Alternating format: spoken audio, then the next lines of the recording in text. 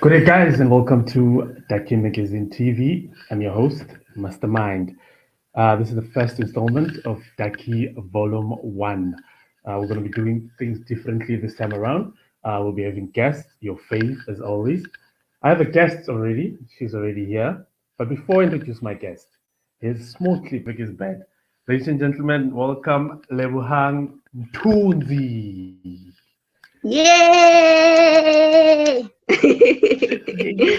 Hello, and thank you for having me. Hi, Lebo. How are you? I'm good, thanks. How are you? I'm all good, man. I'm all good with load shedding and all. Hey, we have no choice It's but to be bad. good. Yeah, It's really I'm on Wi-Fi, but it's showing me flames. yeah, because now it's load shedding somewhere else, and then after an hour or so, it's gonna be load shedding here as well. It's bad. It's coming for me soon. Let's get right to it. As I said, it's just gonna be a conversation and about your background and where it all began. You from the Okay. Val, Sharpeville. Yes, I'm from the Val, Sharpeville, How is and it like growing here? I'm from a place called Sea Point. Okay, but there's no sea Okay. there, just a dam. But I initially grew up in Didier. It's also in the Val. Mm-hmm. It Plotong. So I grew up there for the first few years of my life. I think I left there when I was 9. Um, I was I was actually born in Chapel, right, at my grandmother's Yes. house, and then parents then bought a farmhouse, Kotitieri. And then when I was 9, the house burnt down. We don't know Oh, what the reason was. So we just woke up and there was a fire, and like half of the farmhouse was a thatched roof. So the fire was really bad. Um, and so we then moved back. Some of my siblings moved back to Sharpeville to go live with my grandmother. And by that time, it was just me and my older sister and my little brother. So it was just the three of us. And then, yeah, growing up in the Val, man, was pretty awesome. It was pretty awesome. Kiko kasi, you know, it's a vibe. It's a vibe. Go busy. What's what I was saying? Go busy. Mutiara go busy. Busiu who busy. But I was always an artist. I started community theater at a very young age. Like I think I was 12 or 11 or 12. And so every after school in Nike, I go drumming when people go wherever, you know. Nike, yes. I go drumming. Yeah. Wow. And how was that conversation with your parents about you going into the arts? Because as you said, it started as at a young age. How was it like that Yeah. conversation? We know our parents with the arts and everything else. Eish, it for me it was they were always supportive, right? I think because it was early stages, I was still young, and they just wanted me to do like an extramural thing, and keep myself busy after school or whatever. And it just became real when I told them that I'll be studying. I wanted to study drama after I finished my matric, and that's where the problem was because my dad tried to register me in all these universities. We went to UJ, went to VEDS together. He was just, trying to get me into, a big institution and wanted me to study something else. But my dad has always been supportive, and he would attend all my performances. He would come to all my sketches. I read the sketch, go kerekeng or go holong, community hall. My dad would be there, but he wanted me to do tourism, because I told him I loved traveling, da, da, da, and also he liked it.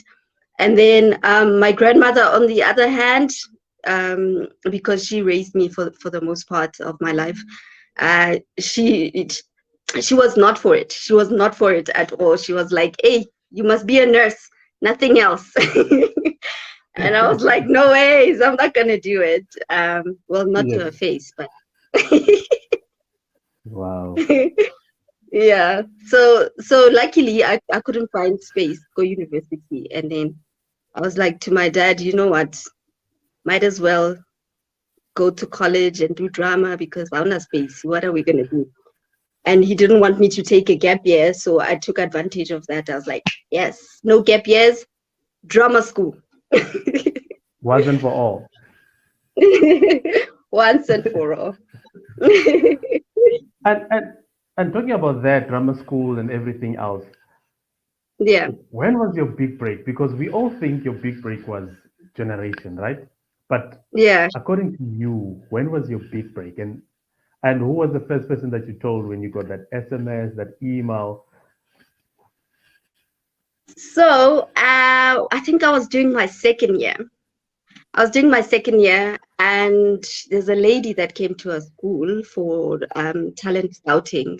Her name was Lebohang. She used to do Morning Africa, or yeah, she had a show on yeah, I think it was called Morning Africa, and she wanted to do a film about the about Nkosi's Haven. So Nkosi's Haven from what's her name? What's his name? Nkosi Johnson. Nkosi Johnson. They have a home for him in somewhere in Southgate, I think. Right. So she wanted to tell the story of the home and how it became. So she came to a school for talent scouting, and me being little me, cute me. She spotted me first, and she's like, "I want you to play the main character." And the movie was going to be on Mnet. So that was my big break. And obviously my dad was the first guy to know because he's always been supportive. So yeah, I was doing my second year. I think I was 19, and I had a proper film on Mnet. Wow. And at that point, at that point, you're 19, you're young, and you're having this big break. What Yeah. was happening around you at that point in your life? Were you still staying at home? And did you feel like maybe it's time to move out of home if you're still staying at home?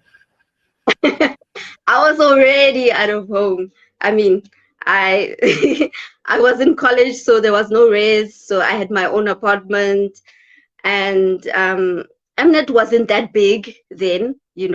So I don't think people recognized me. It's only people in my family and people like a few friends that are asked to watch and things like that were super hyped up about the whole thing. But it was pretty normal, and I was in drama school, so it was what I was expecting. I was like, okay, great, I'm making great moves. How was it like as a 19-year-old? You actually missed the whole part because I was already Oh, I mean, it was a college, so we didn't have a yeah. raise, so I Mhm. was renting my own apartment, and I was sharing with a best friend of mine and our other friend. So I was already out of home, and um to me it was normal. It was normal. I mean, I was in a drama school, so it was what I was expecting. I was obviously bragging to my peers at school that, hey, yo,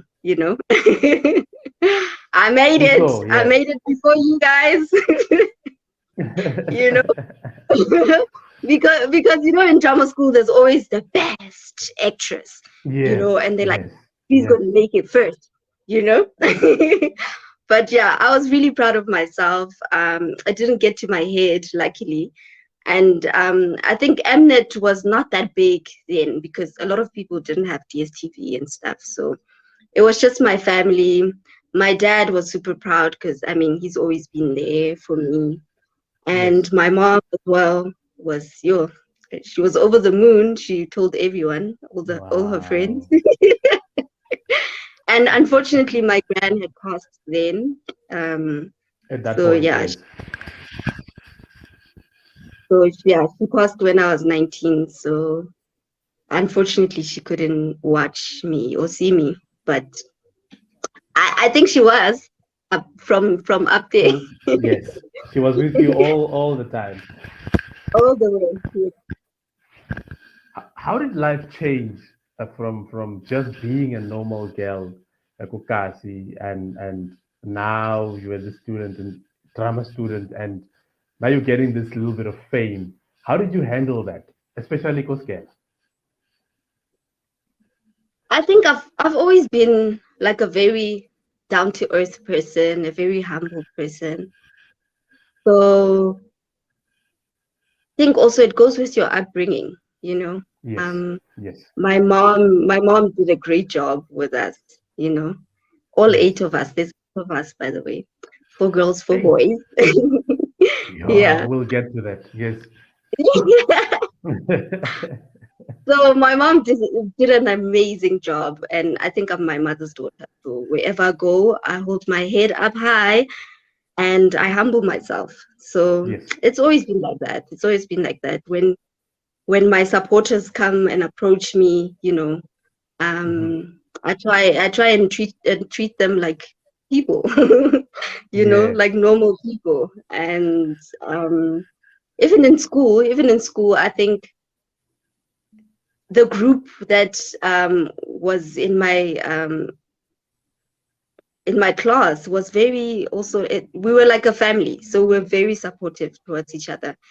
And whenever someone has a play or whenever someone has made it on TV, we would just, you know, congratulate them and go watch and support them. And So support them. Yeah. yes, yes, yes. So I think I handled it well. I handled it very well because I had support from my peers, my friends. Like I don't have a lot of friends. I've got one best friend, which is amazing.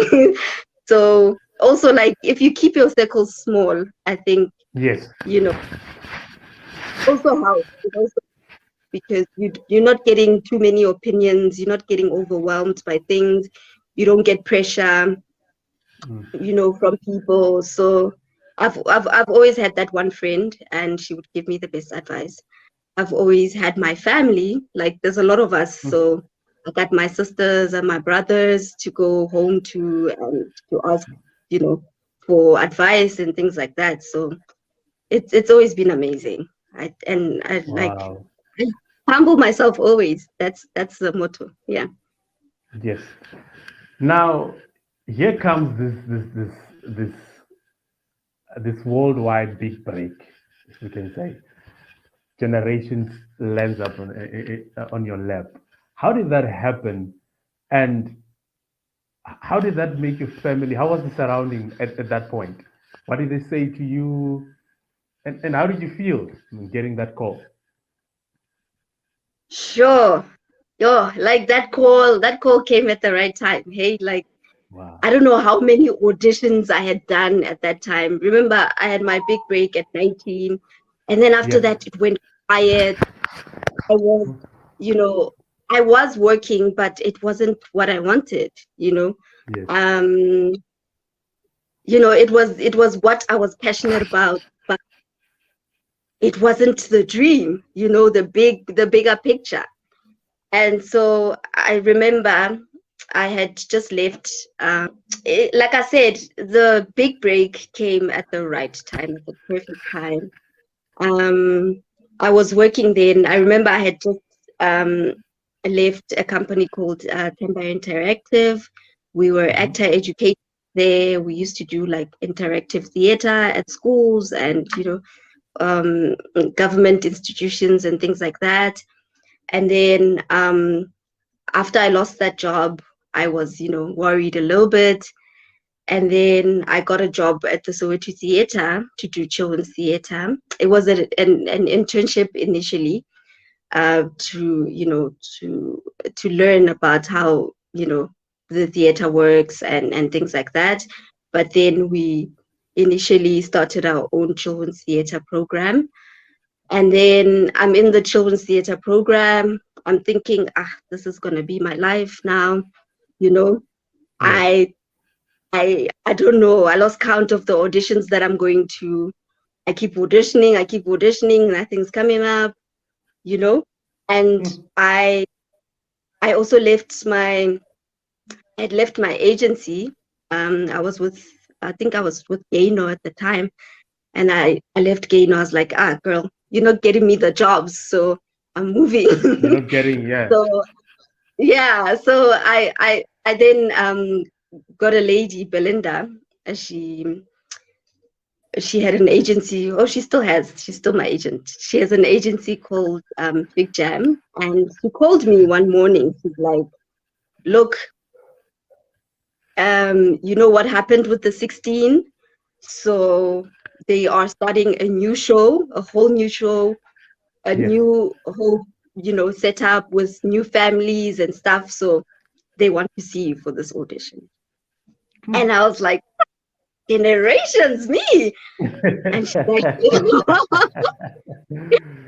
like, yeah, girl, you. And so Yes. I went for the audition. I remember my first audition. Poppy was the casting director, and she was amazing. She was very patient with me. I'm very nervous at the time. I don't know what I'm doing. I'm losing my lines. I'm just like, yo, this is a big show. Like, Yes. I'm trying not to mess it up, but nerves and things like that. But I made it for the first round. And then she called me again for the callback. And I remember my callback was in studio with other actors, so they were trying to get the families and see Yes. who's excuse me, and see, who relates with who, and things like that. So they were trying to match us up. And so I remember that day, I spent the whole day in the studio, and they kept on making me do the scene over and over again with different people. And I'm thinking, did I get this or what? Because why is everyone else leaving? And I'm And the you're one that's still there, yes. auditioning all the people, you Yes. know. Um, but yeah, still so surreal because I don't know what's happening. I'm just like, oh my gosh, do I have the job or not? Or You know. not, yeah. But also that experience was really nice to be in a studio for the first time. It's not like theater. You don't know where the lights are. You don't know what, because the film that I did was location based. So now I'm in studio, and In studio now, the yeah. stage, yeah, the studio directions are different to the stage or to location shoots and things like that. So it was amazing and nerve-wracking at the same time. And then I left, and at that time I was actually working at the Soweto Theatre, and I was shooting a short film for Kasi Stories. I don't know if you remember Kasi Stories I remember Cat on Stories, yes, on on ETV. ETV, Yes, yeah. Yeah. I was shooting a Kasi story with Muntu Zwane, and which was amazing because I grew up watching him on Mzines Nsizwa and things like that. And so here I am. I got a short film, and now I also have like, I might be, on this big show, Generations. And I remember asking Bab Muntu at that time if I could go for the audition, and he was just like, "But what are we gonna do? You have to be on set and things like that."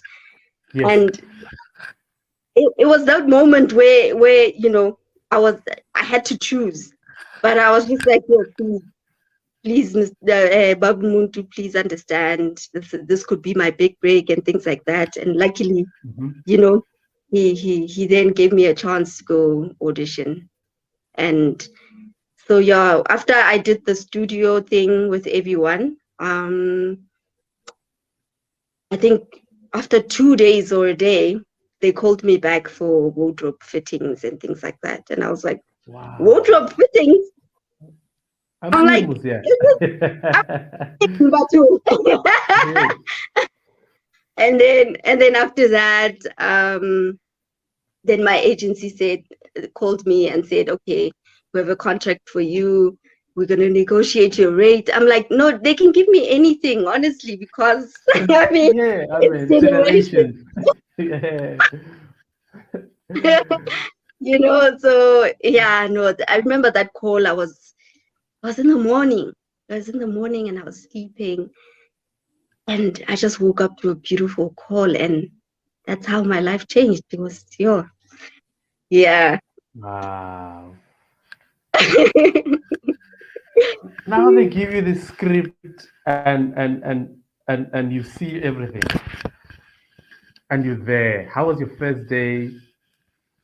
And how did you feel knowing that now you are coming in as Angela, the character? It was such a popular character back in the days, and now you have to Yeah, give it a new feel, with age wise and everything else. it was, like already there's this whole story with the 16 actors, Yes, and now you're the new face of the show. So I felt very pressured, and you know, there's extra pressure because also I'm taking on a character that was existing already. yeah, So, mm, and like every time I would have an interview, they would ask me this question, and oh, so what do you think you're better than the first Angela and things like that, or you know, and I'm mm, and I'm just like it's really not about that because now yes, she played the younger Angela, and now I'm I'm the grown up Angela, and choices are different, attitude is yes, different, behavior is different because now I'm the old mature Angela. So me, that's how I took on the character. I was like, she's older now, she's making different life choices, yes, and she's more matured. So also, she's trying to get into business with her dad and things like that.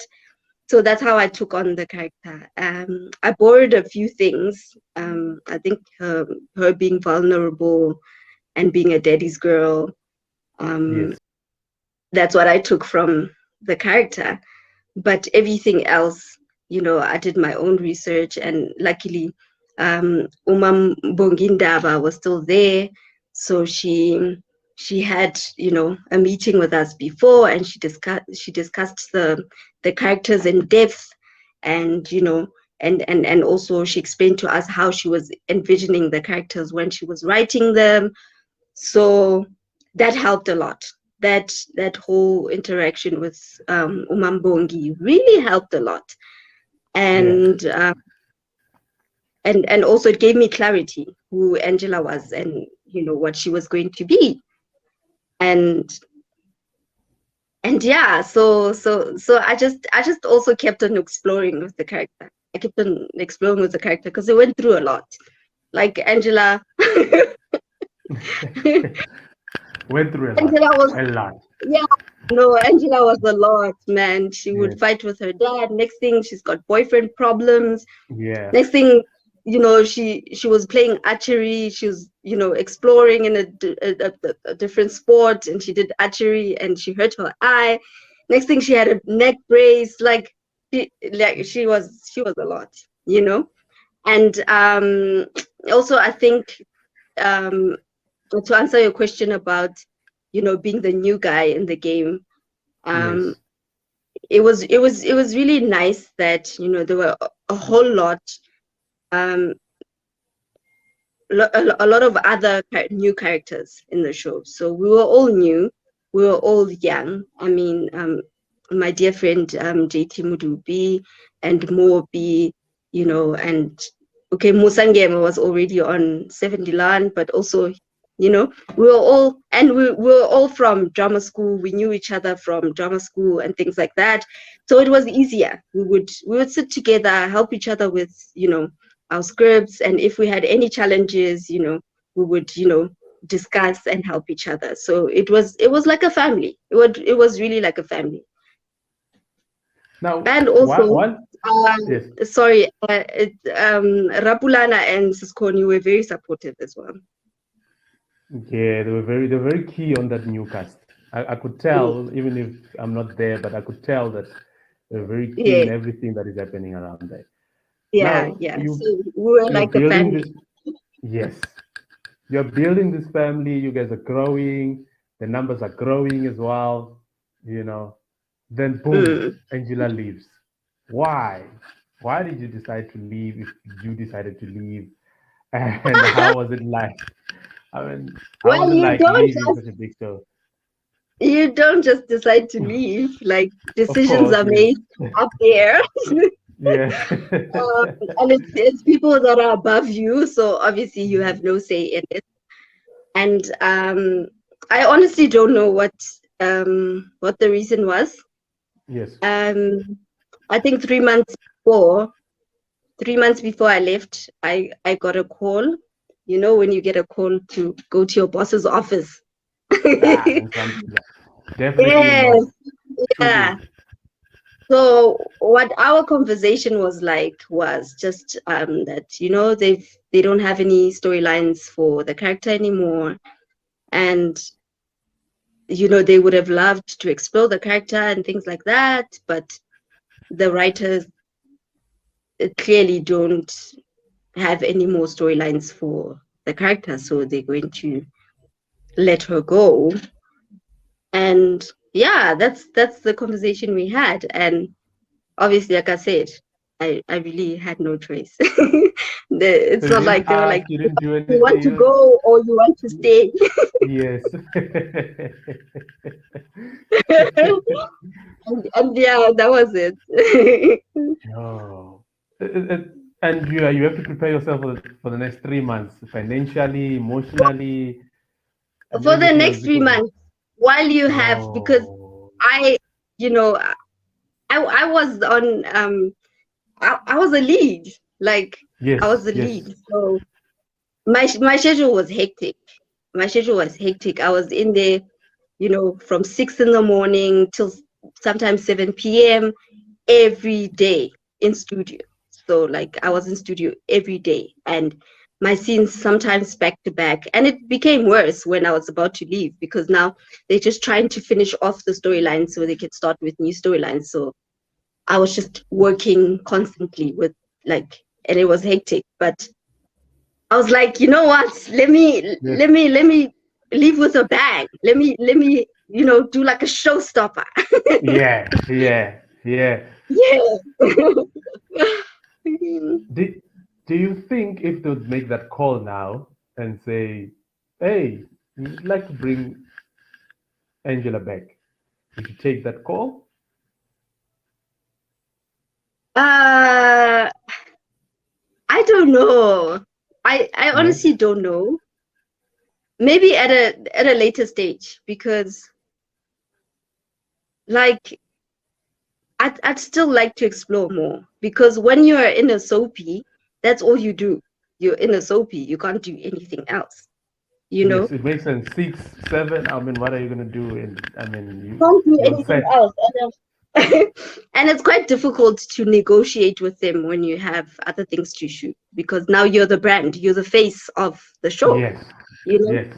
so you can't then be associated with other brands or you can't be in too many shows at once.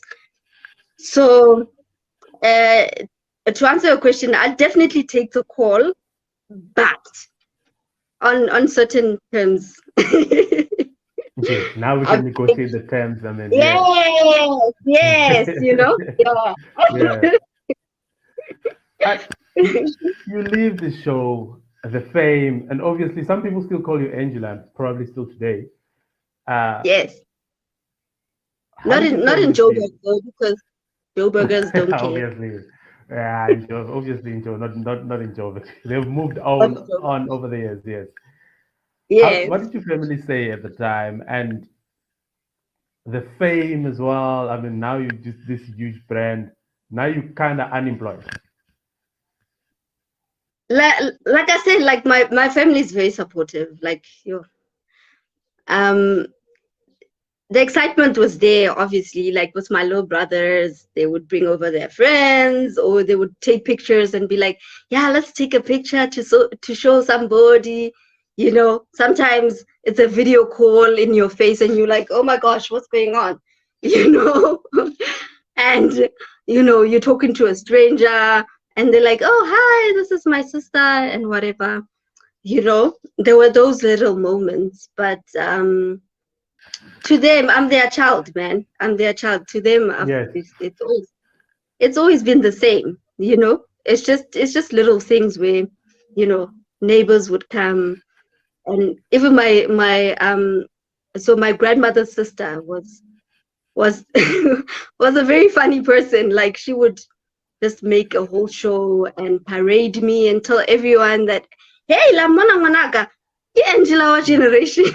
Yo.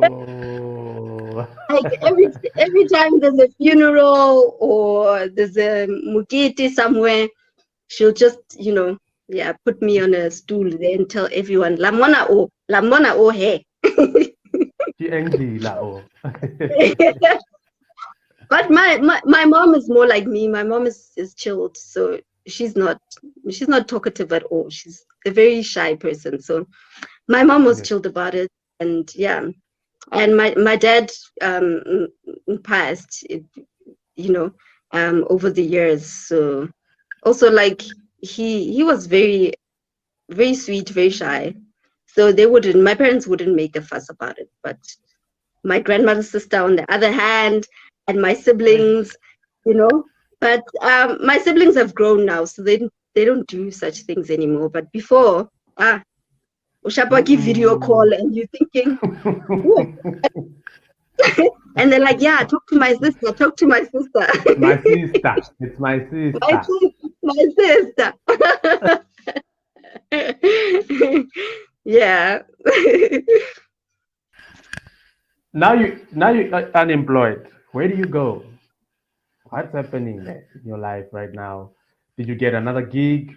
And now, I mean, you get into this new setup after the family setup. How was it like? Life after generation.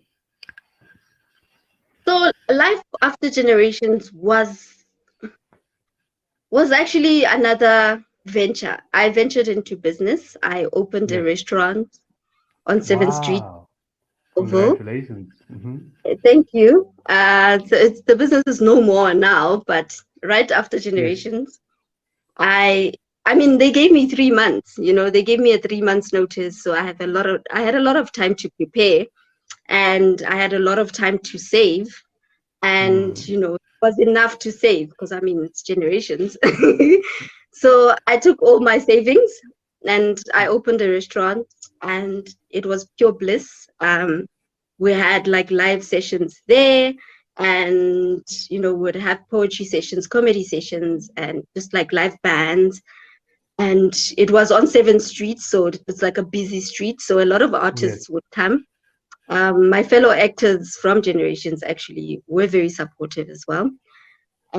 Some, For obvious reasons. you know, We know. we know it is what it is. So Yeah. some were very supportive, and they would come.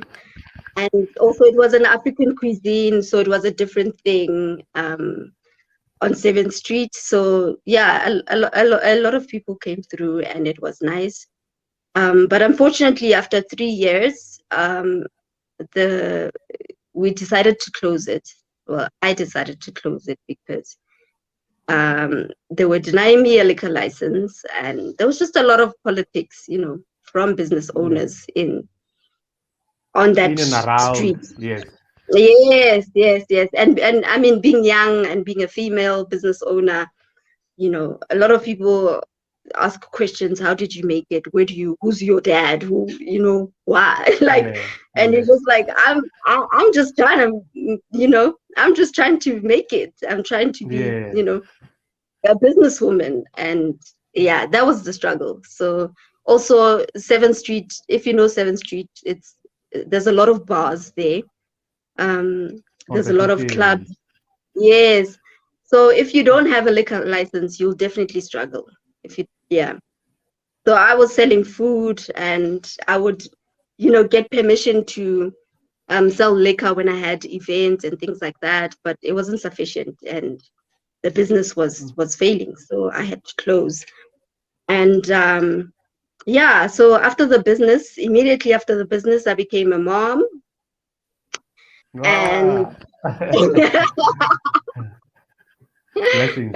Blessings. yeah, so another baby came, and I think for the first 2 years of her life, I was very involved, very hands-on. So I wasn't doing anything. I was like, I'm going to raise my child and I'm going to be there for her, because I know once the busy gets going, like you won't have time. So I wanted to be Yes. present.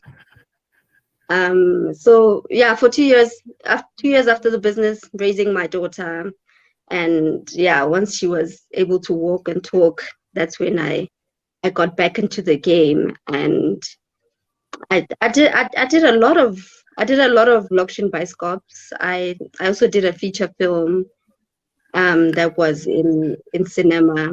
It was called The Dokoloshi. It went around the world. It went to the Cannes, and it came back from the festivals, the film festivals, the international film festivals, and it came national, and it was playing in all the South African cinemas, which was big, and yeah, so yeah. After, yeah, also like this recent stuff as well. I don't know, maybe you'll ask that question. Yeah, I was gonna get to the recent stuff. Yeah, before the recent Yeah, stuff, the yeah. family setup. The family setup. I mean, you have so many siblings. You know. Oh yes. I'm just Obviously, like, the which support family? My structure. family, or my other family? Yeah, yeah. I mean, you've got a lot of siblings. How did you navigate that? The support structure. Yes, you've got it. You know, but obviously with Yeah, siblings, there's siblings. I can just call it rivalry, kind of. You know, there's a yeah, lot of you yeah, guys. You know, did you guys stay in yeah. the same neighborhood?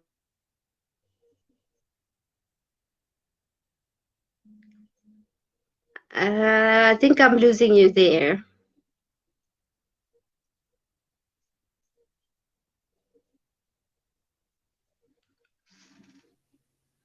Am I back? Am I back? There we go.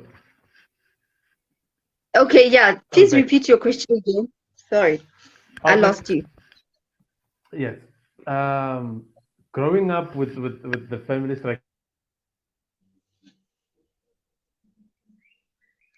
Uh-oh.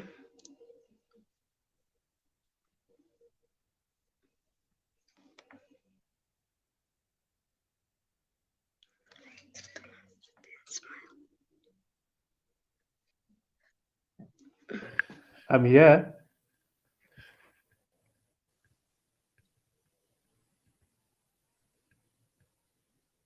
The network was doing so well.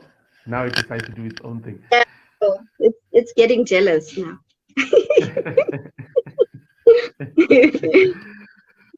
The family structure that you have, um, Yeah, how was it like growing up with all those siblings that you have? I mean, the support, yes, the given, but this kind yeah, of sibling rivalry. I know.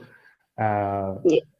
and were you guys in the same house, the same hood? How was it like growing up with all? I mean, you said seven, 8. Well, yeah, eight. 7 Yeah, siblings. seven. Yes. 8 Ghana. Yeah. um. So there was a time where there was all of us in the same house, but like I said, growing up in the farm, it was just three of us, right? I've got an older sister. I'm the second one, and then my little brother was still a baby at the time. And then moving from the farm to go to my grandmother's house, it was just me and my older sister, and then the rest were later born in the farm because my dad was trying to fix the house and things like that. So like there wasn't a lot of instances where we were all together, Mm-hmm. except for when there's a gathering and things like that. But we would see each other now and then, you know. Yes. So like there was nothing to fight about basically because we all didn't live in one space. You know what I mean? Yeah. So after the incident at the farm, my older sister and I moved to my grandmother's house, like I said. So it was the two of us with my grandmother, and then the rest was my mom and dad. So, you know, like honestly, there wasn't anything to fight about.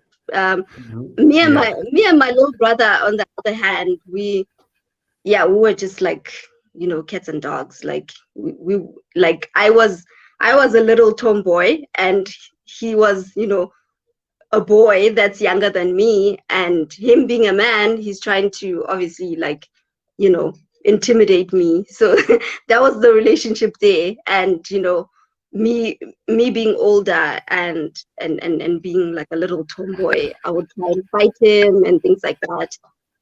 But to be honest, there really wasn't much to fight about because we're To not fight all about. at the same, yeah, we're not in the same space all the time. You spoke about kids since we're on the personal space now.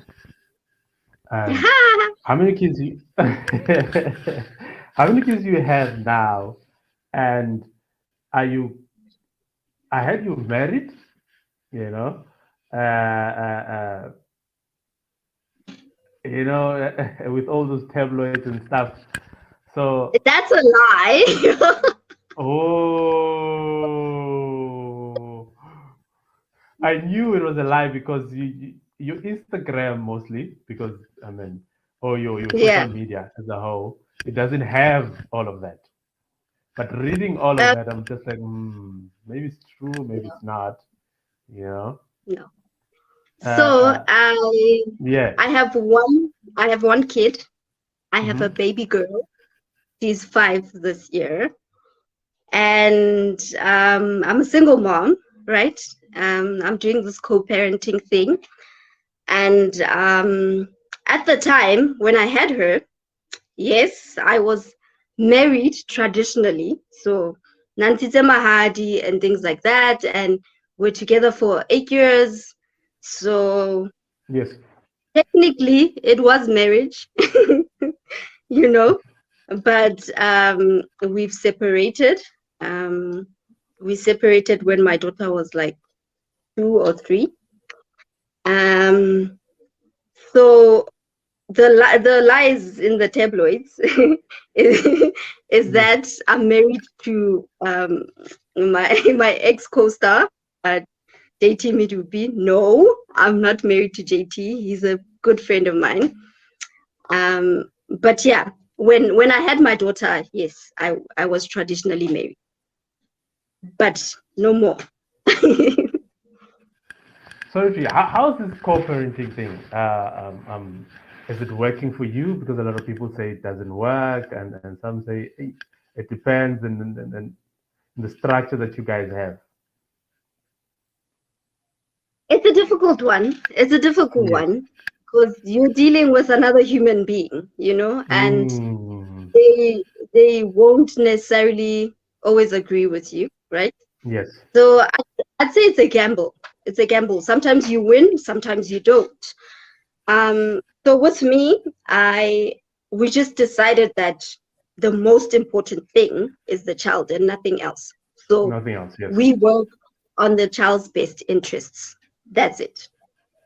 So whether you and I are not talking or whether you and I have issues, that has nothing to do with the kid. It's not her fault.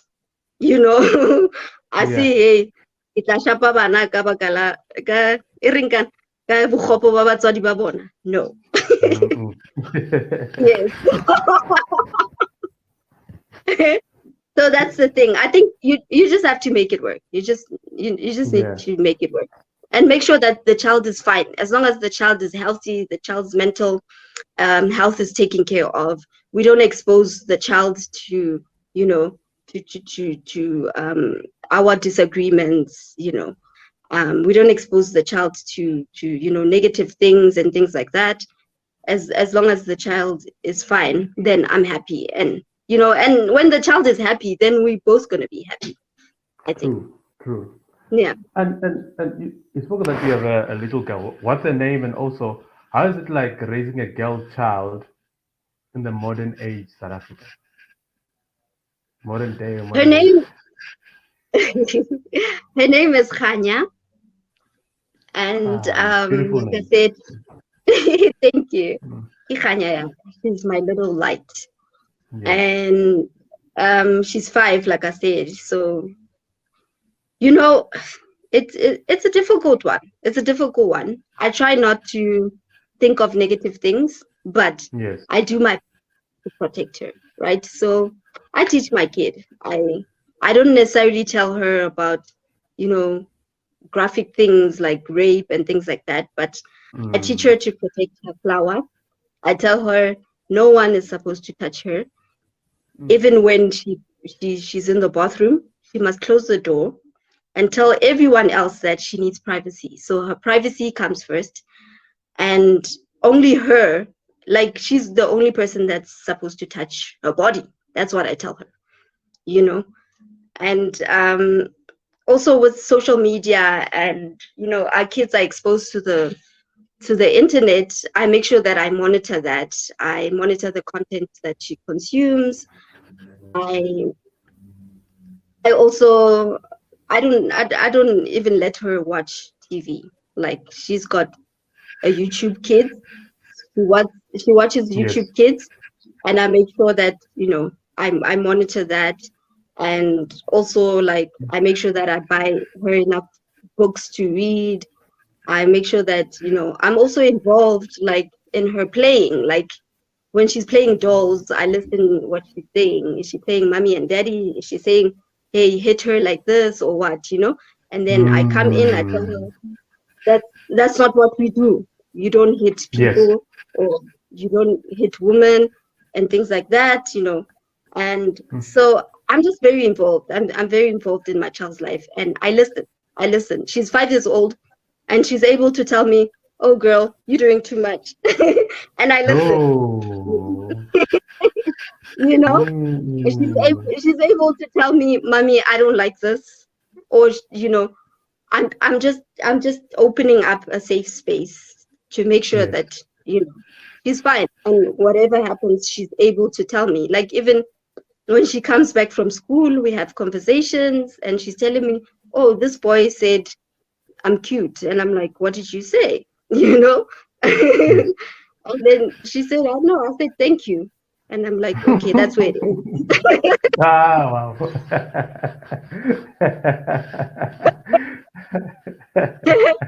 And then there are instances where she asks about me and her dad, and she's like, "I want my mommy, I want my daddy," and you know, I Yeah. explained to her that other kids don't have a mommy and daddy, but you're just lucky that you have both, but they're just not in the same space. Mm, yes. But whatever you need, you can call mommy. She's got a phone. You can call mommy. You can call your daddy anytime, Anytime. anytime. Now, let, let's speak about your current project just before we wrap it up. What are you currently working on? And and being in, how long did it take you to actually say, okay, now I can get back to work after having Wuhan? Um. So after having Khanya, it like I said, it was just 2 years. I raised her for 2 years, and when I felt it was safe to leave her with a nanny, I then went back to work. I teach drama. Like I said, I did children's theater at the Zoetis Theater, and so right after Khanya, I got another job at it's an organization called Timbatu in the Valley. So I taught children's theater there, and I did like a whole lot of freelancing things. Like I said, I did a lot of Mzansi film bioscopes, and recently I I did a, a feature film for. It's actually a film series for SABC2. by a company called Headlines. And what I'm currently working on now is a school. It's called Cyprus Acting Academy. And it's going to be online based. So the website will be up soon, so people can register online. And yeah, so I've been teaching a lot of drama, and I decided to start my own school, Cyprus Acting Academy. Do check it out on my socials.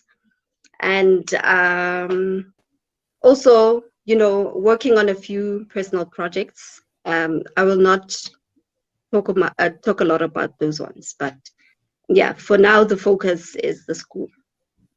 Wow, amazing stuff. Yeah. Amazing stuff. Oh, and I'm also, I see it's not here in in the bio, in my bio here. Yes, please. I'm also I also do casting. So to all the productions out there, I'm a casting director. So yes, if you need a casting director. No. Just as we wrap it up, what can you say to a child in South Africa, especially from Sharpeville? You know, Yes. you know how the community is out there, and not a lot of people come from Sharpeville that are, or maybe not a lot speak about Sharpeville when they make it. Uh, what can you say to them about the industry? It I'd say the industry is a tough one, but I mean, who said things are going to be easy? Like life itself is not easy. So you need to work hard. You need to work hard. There's no elevator to success. So you need to take the steps and take them easy. What like dreams are valid. Dreams are valid. Whatever you dream of, it's Yes. possible and it can happen. You know, and so work hard. And when I was in Sharpeville, I literally had no opportunities whatsoever, right? I had the drama thing, the community theater thing that I was doing, but the information was not there. Like there was no places where you could go and they'll be like, oh, these are the career guides, this is what you can do, this is. So I had to fend and find information for myself. So read, go to platforms. If you're interested in acting, go follow people that are acting, go to the internet, Google schools, Google workshops, try and find and feed yourself as much information as possible. And you just have to do the work. You just have to do the work, basically. um, like I said, there's no elevator, so take the steps. Yeah. Yeah, yeah. And Wow. like Thank you for giving. obviously, Yeah. the other thing is, sometimes we don't have the means. It's easy for me to say because I mean I'm in Joburg, so I can go anyway. But to a girl in Sharpeville or a boy in Sharpeville, the little that you have, the internet that you have. I mean, I see people camping outside clinics for internet, for Wi-Fi and things like that. So try and make means and go find Wi-Fi. And if you're not able to come to Joburg to come study, YouTube was there. There's a lot of tutorials on Yes. YouTube, and also on social media platforms. There's a lot of information. There's places like Actor Spaces, you can check them out and see how they do it, and also if you just Google agencies, you can get a lot of agencies that are out there, that are looking for fresh talent. So just try and find information and empower yourself, because no one is going to do it for you. No one will. No one No? will. You said a mouthful. Thank you for doing this. Even though the network was Thank a bit you. jealous now and then, this was amazing. And you're a first guest, and we wish you nothing but the best in the future. And Thank hopefully, we'll do you. something together in the future as well. Yes, absolutely. I'd love to see that. Have a great day, and greet Khanya for us. Will do, and thank you so much for having me. It was indeed a fruitful conversation. Awesome. God bless you. Thank you. Bye bye. Goodbye.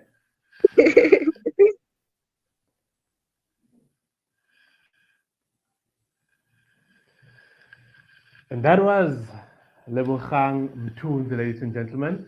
It was our first amazing episode with Lebohang. We wish her nothing but the best. Yeah, man. We'll tell you guys when we'll post this. Thank you very much. Have a great day. From Mne, Wanam TV, Muduru and Mariri. Adios.